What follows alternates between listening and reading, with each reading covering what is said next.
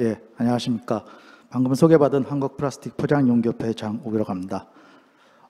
사회자님이 말씀하신 것처럼 포럼의 마지막 주제가 됐습니다. 어떻게 하다 보니까 제가 마지막 주제가 되었는데, 작년에도 제가 여기서 발표를 했었는데 올해가 그때보다 사람이 더 많이 남아 계신 것 같습니다.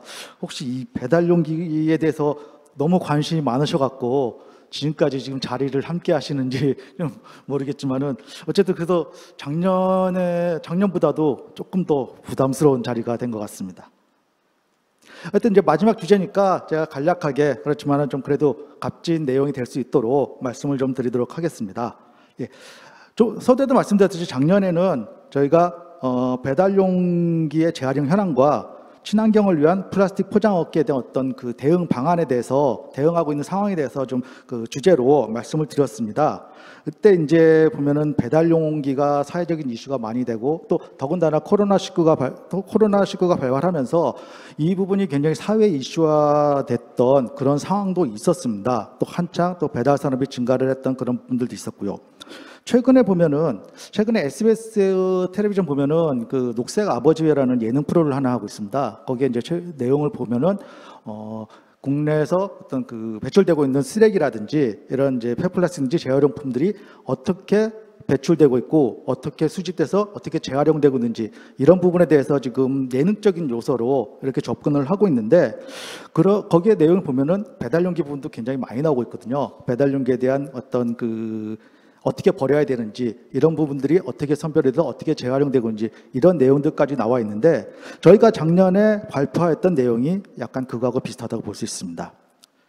하여튼 몇 년 동안에 그 코로나19와 그 비대면 접촉이 증가하면서 배달이 큰 폭으로 증가하고, 그로 인해서 저희가 작년에 이제 시의적절하게 어떤 연구를 갖다가 진행했는데, 연구를 진행했던 이유는 배달용기가 재활용이 안 된다, 이런 말들이 상당히 좀 많았었습니다. 근데 가만히 생각해보면 배달용기가 대부분 다 단일 재질로 돼 있고 적절하게 배출만 된다면은 재활용이 될 수 있는 구조인데 왜 재활용이 안 될까? 그래서 저희는 이제 그 부분에서 연구를 좀 했었고, 그 부분을 보면은 재활용은 실질적으로 잘 되고 있는데 우리가 체감적으로 느끼지 못한다, 이런 결과가 나왔습니다. 지금 나와 있는 표를 보면은 생활 폐기물에서 이제 폐플라스틱이라든지 이런 것들이 배출되는 게 어느 정도인지, 그리고 그 중에서 배달용기라든지 어떤 테이크아웃 용기의 배출이 어느 정도인지 이제 나타낸 표인데, 2020년 작년에 이제 발표했으니까 2020년 기준으로 했을 때 배달용기하고 테이크아웃 용기는 약 한 14만 톤, 14만 6천 톤 이렇게 지금 보여주고 있습니다.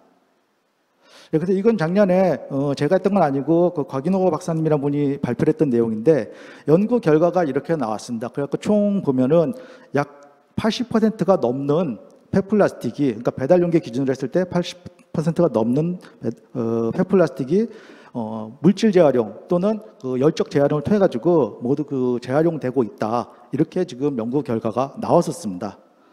근데 이 발표 후에 사실 많은 분들이 이거 못 믿겠다, 이거 뭐 데이터 잘못된 거 아니냐, 아니면은 숫자는 그렇게 나와도 현장에서는 그렇지 않을 거다, 이런 말씀도 또 많이 하시더라고요. 어떻게 보면은 우리나라 그 재활용 통계 발표할 때 보면은 그 재활용률은 굉장히 높은데 실질적으로는 재활용률이 그렇게 높지 않다, 사실 회의 시간이나 이런 데 많이 얘기가 나오고 있는데, 그런 거하고 어떤 좀 비슷한 내용이 아닐까 싶습니다. 즉 숫자상으로는 굉장히 높은데 체감상으로는 그걸 느끼지 못한다는 그런 부분들입니다.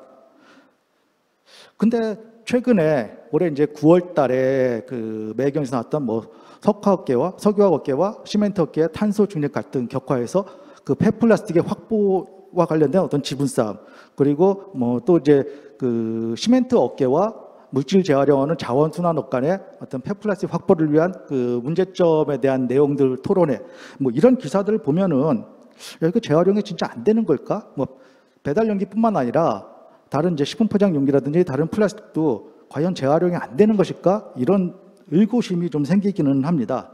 또 때마침 어저께 SK 지오센트리에서도 울산에 ARC 그 공장을 기공했다는 그런 내용도 보도를 했는데, 거기서도 연간 약 32만 톤의 폐플라스틱이 필요하다고 얘기를 하고 있고, 앞으로 그런 부분들이 계속 나오게 된다면은 폐플라스틱은 굉장히 많이 필요할 텐데, 지금 국내에서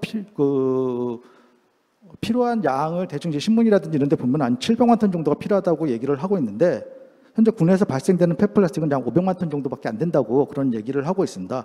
뭐 전 세계적으로 봐도 지금 폐플라스틱 수요량은 뭐 거의 그 9,600만 톤 정도 필요하다는데 공급량은 뭐 2,700만 톤, 한 3분의 1 정도밖에 안 된다. 이런 얘기들이 좀 많이 나오고 있고 이런 걸 보면은 향후에는 폐플라스틱을 확보하기 위해서 어떤 싸움이 계속되지 않을까 그렇게 생각이 되고 있습니다.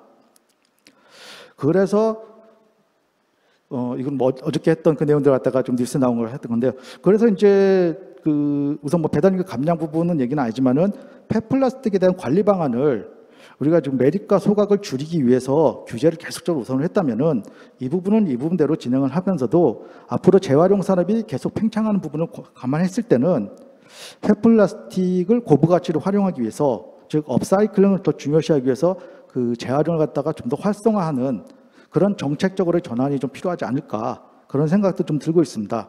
뭐 플라스틱 때문에 무조건 규제를 하자 이런 접근보다는 규제에 대해서는 뭐 오전에도 황영일 교수님께서 말씀을 하셨지만은 AC에 대한 결과를 바탕으로 해가지고 합리적으로 좀 접근을 하고 고품질 폐플라스틱 확보를 위해서 그런 정책 마련을 위해서 좀 더 고민해야 할 때라고 생각을 하고 있습니다. 뭐 그렇다고 저희가 뭐 무한정으로 플라스틱을 생산하고 사용하자 이런 얘기는 아닙니다. 플라스틱 오염 종식을 위해서 플라스틱을 감량하는 노력도 같이 이루어져야 할 것입니다.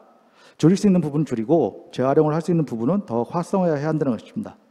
오늘 그래서 저는 이 자리에서 저희가 우리 업계에서 하고자 하는 배달 용기에 대한 어떤 문제점들을 갖다가 좀 직시를 하고 이 부분을 어떻게 줄일 수 있는지 이런 부분에 대해서 좀 말씀을 드리고자 합니다. 우선 뭐 저희 협회는 한국 플라스틱 포장 용기 협회로 됐고 1995년도부터 활동을 하였습니다. 저희 이제 회원사의 생산 제품들은 주로 식품 포장 용기, 뭐 배달 테이크아웃 용기, 테이크아웃 컵, 그다음에 뭐 과일 용기 이런 부분들을 생산을 하고 있고요. 그리고 뭐 최근에는 뭐 마스터 배치라든지 금형 제조업체까지 참여를 하고 있습니다. 예, 서두에서 말씀드린 바와 같이 배달 산업 팽창으로 사용 후 배출되는 플라스틱 배달 용기에 대한 문제가 좀 심각해진다고 여기저기서 얘기를 하고 있습니다. 사실 이 문제 해결하기 위해서 가장 쉬운 방법은 못 쓰게 하는 겁니다. 그냥 못 쓰게 하면은 이 부분에 대해서 해결이 되는데 사실 이게 말은 이렇게 쉽지만은 직접적으로 행동을 하기는 굉장히 어려운 부분입니다.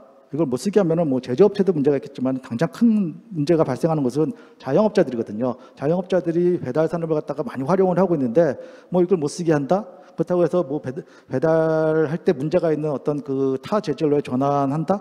이거 사실 좀 쉽지는 않을 것 같습니다. 그래서 우리 업계는 이에 대한 문제를 일부나마 해결하기 위해서 2020년부터 그 배달용기 제조에 사용되는 플라스틱 원료량을 줄이기 위한 그런 방안을 좀 생각을 했었고, 그래서 이 부분을 어떻게 효과적으로 해야 될지 사실 좀 뭐 환경부라든지 그다음에 배달의 민족 또 프랜차이즈 산업협회랑 같이 여러 가지 노력을 좀 했었습니다. 예, 이건 뭐 진행 과정을 그냥 간단하게 넘어가도록 하겠습니다. 예, 그래서 이제 저희가 2020년에 저희가 먼저 배달 용기에 대한 어떤 감량을 갖다가 아까 말씀드렸던 배달의 민족, 그다음 프랜차이즈 산업협회, 환경부에다 제안을 하면서 야, 우리가 뭐 20% 정도 감량을 하고 각자 주어진 단체나 회사에서는 역할들 갖다가 수행하는 이런 이제 제가 협약식을 좀 체결을 했었습니다. 당시에 이제 뭐 환경부 차관 주재를 해서 했던 그런 내용이고요. 아까 이제 진행 과정에서 좀 지나가긴 했지만은 진행 과정에서 제가 2020년에 이제 MOU를 체결한 이후에 환경부하고 협조를 통해 가지고 배달 용기 감량을 위한 어떤 표준화 개선 방안 연구, 또 올해에는 배달 용기 감량을 위한 세부 가이드라인 마련을 위한 연구 등을 진행하면서 배달 용기를 갖다가 어떻게 감량할 수 있는지 뭐 이론적인 접근 방안과 또 실질적으로 어떤 지수화를 통해서 감량하는 방안, 그런 기준들을 갖다가 본격적으로 마련을 했습니다. 그게 이제 올해 이제 연구한 내용인데 여기서 연구 목표로 하고 또 이제 제안한 내용들이 배달 용기를 경량화할 수 있는 어떤 지수, 그러니까 과학적에 의해서 합리적인 지수를 마련을 해서 이 부분에 대해서 저희 쪽에다 제안을 했고, 그 다음에 재활용 용이성을 제고하기 위한 어떤 재질, 색상 이런 부분에 대한 기준도 같이 마련을 하였고, 그 다음에 이런 가이드라인이 그냥 그 마련됐다고 해서 적용이 될 수 있는 게 아니고 어떻게 하면 효과적으로 적용할 수 있는지 이런 부분에 대해서도 같이 좀 협의를 하고 그 어떤 방안에 대해서 도출을 했습니다. 그래서 이런 뭐 경량화 지수라는 건 사실 제가 어떤 그 엔지니어 쪽에 참여해가지고 기술을 개발하거나 아니면 활용한 부분이 아니라서 설명은 조금 어려울 수는 있겠지만은 어쨌든 그 연구팀에서 지금까지 그 페트병이라든지 특히 이제 우리나라 같은 페트병이 있는데 페트병을 경량화할 때 사용했던 지수를 갖다가 활용을 해서 그 배달 용기도 같이 지수를 적용해서 감량할 수 있는 어떤 기준을 마련을 해가지고 이런 지수를 산출하고 그래프를 통해 가지고 용기별로 또는 어떤 형태별로 이렇게 이제 어떤 최적 그 감량할 수 있는 그 지수를 마련을 했습니다. 그래서 이제 여기서 이제 제시하는 게 뭐 권고 기준, 최적 기준 이렇게 나와 있는데 기준점을 해가지고 그 기준점보다 조금 더 상향해가지고 좀 타이트하게 적용을 한다 그러면 최적 기준으로 해서 전체 배달용 기준, 그러니까 샘플 조사를 했던 배달용 중에서 약 75%가 대상이 될 수 있다 이렇게 지금 얘기를 하고 있고 권고 기준, 즉 어떤 그 평균점에서 약간만 상향해가지고 어떤 권고할 수 있는 기준은 전체 샘플 중에서 한 50%가 되고 이걸 갖다가 이제 효과적으로 적용하면은 한 5.8% 정도 감량을 할 수 있다 이렇게 지금 제시를 하고 있습니다. 이건 이제 뭐 예상 효과인데 뭐 이렇게 아까 전에 어떤 권고 기준, 최적 기준을 하면은 플라스틱 사용량은 8,000톤하고 16,000톤도 감소될 수 있다. 이런 이제 그 예상 수치를 갖다 내보낸 거고요. 이제 이게 이제 최종적으로 그 연구 결과를 갖다 요약하면은 아까 말씀드렸듯이 어떤 권고 기준과 최적 기준을 제시해가지고 어느 쪽이 사용하기 좋은지 그걸 환경부하고 지금 아직 협의 단계에 있기 때문에 그 최종적인 결정은 나지는 않았지만은 이런 부분에서 연구팀에서 제시를 했고, 그다음 재활용 용이성 향상을 위해서는 개선 방안, 말씀드렸듯이 재질과 어떤 색상에 대한 표준화 그리고 재활용 등급 관련된 어쨌든 재활용이 가능할 수 있도록 뭐 라벨을 붙이지 않는다든지 뭐 이런 부분까지도 어떤 그 방안으로서 제시가 되고 있고, 그다음에 가이드라인 현장 적용하기 위한 인증마크제, 이건 뭐 저희 쪽에서 많이 주장을 내겠지만은 인증마크제를 갖다가 도입을 해서 효율적으로 관리할 수 있는 방안을 만들자 이렇게 좀 제안을 드렸습니다. 그래서 이제 그 인증제도도 그냥 뭐 감량만 했다고 해서 무조건 이게 감량을 인정하는, 저희가 명칭을 정하는 건 표준 감량 용기인데 표준 감량 용기다라고 할 수 있는 부분은 아니고요. 이런 부분들을 감량과 그다음에 재활용 용기 또 식품 용기에 적합하고 그다음에 제품 품질에도 문제가 없도록 이렇게 어떤 4가지 기준을 제정을 해서 이 기준에 맞는 제품에 한해서 우리가 인증 마크를 부여하고 이 부분들을 갖다가 공급할 수 있는 이런 시스템을 만드는 것으로 어느 정도 정리가 되고 있습니다. 예, 요 이제 저희가 품질 시험 검사, 저희가 이제 평균 10에서 15% 줄였을 때 이게 이제 실제로 사용할 때 어떤 문제점이 발생하는지 이걸 좀 많이 걱정하시는 업체들과 그 제조업체들과 사용업체들이 있더라고요. 이런 부분에 대해서도 저희가 한번 그 품질 테스트를 진행을 했는데 큰 문제가 없는 걸로 나타나고 이걸 또 공인 그 시험 기관에다가 저희가 의뢰를 해서 테스트를 받았습니다. 그리고 이건 이제 미세 플라스틱 관련된 내용인데 사실 이게 저희가 처음에는 없었는데 올해 2월 달에 한국소비자보호원에서 그 배달 용기에서 미세 플라스틱이 검출된다는 그런 보도 내용을 갖다가 보도 자료를 배포를 했는데 거기에서 보면은 배달 용기와 그 배달 용기 중에서 일회용기와 다회용기를 좀 비교를 해서 설명을 했습니다. 즉 일회용기만 비교를 했다 그러면은 뭐 큰 문제가 아닐 수도 있겠지만은 다회용기와 비교를 하면서 마치 일회용기에는 미세 플라스틱이 발생하니까 문제가 있다라는 의미로 좀 그 보도자를 냈더라고요.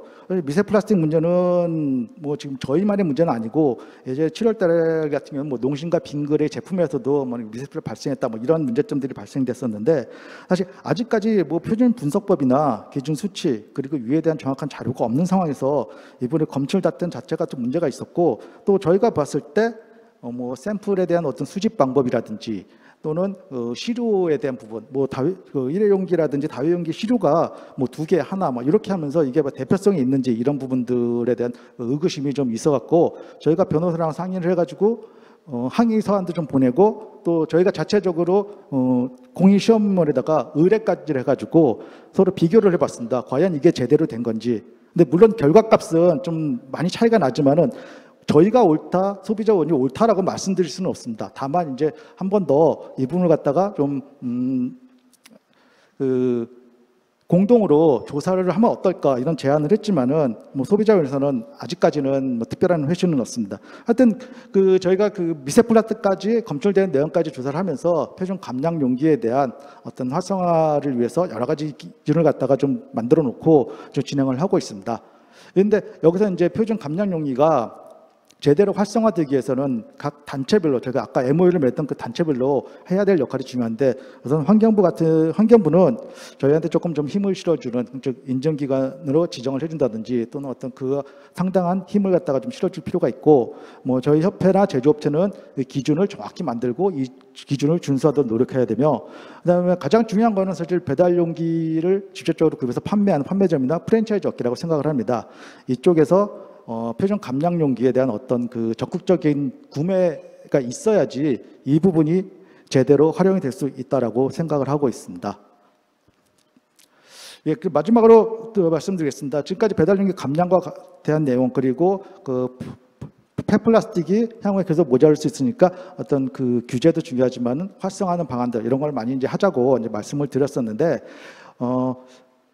아까 말씀드렸듯이 그 플라스틱이 이제 앞으로는 귀중한 자원이 될 것 같습니다. 그러기 위해서는 자원 확보를 위해서 굉장히 노력을 해야 될 부분이 있는데 일정 부분에 대해서는 뭐 규제도 필요하지만은 재활용을 활성화할 수 있는 어떤 그런 플라스틱 관리 정책을 갖다가 좀 더 수립을 해야 될 때가 아닌가 이렇게 좀 생각이 들고 있고 최근에 뭐 일회용품 보증금 제도라든지 일회용품 사용 규제라든지 이런 부분처럼 어떤 정책이 좀 흔들리지 말고 정책을 갖다가 좀 지속적으로 또 업계가 향후 대응할 수 있는 그런 방향으로 어떤 정책적인 방향이 좀 진행이 되지 않을까 그렇게 생각을 하고 있습니다. 그래서 뭐 시간이 지난 관계로 저 발표는 여기서 마치도록 하겠습니다. 예, 감사합니다. 네, 감사합니다. 좋은 발표해 주신 장욱 본부장님께 다시 한번 감사드립니다.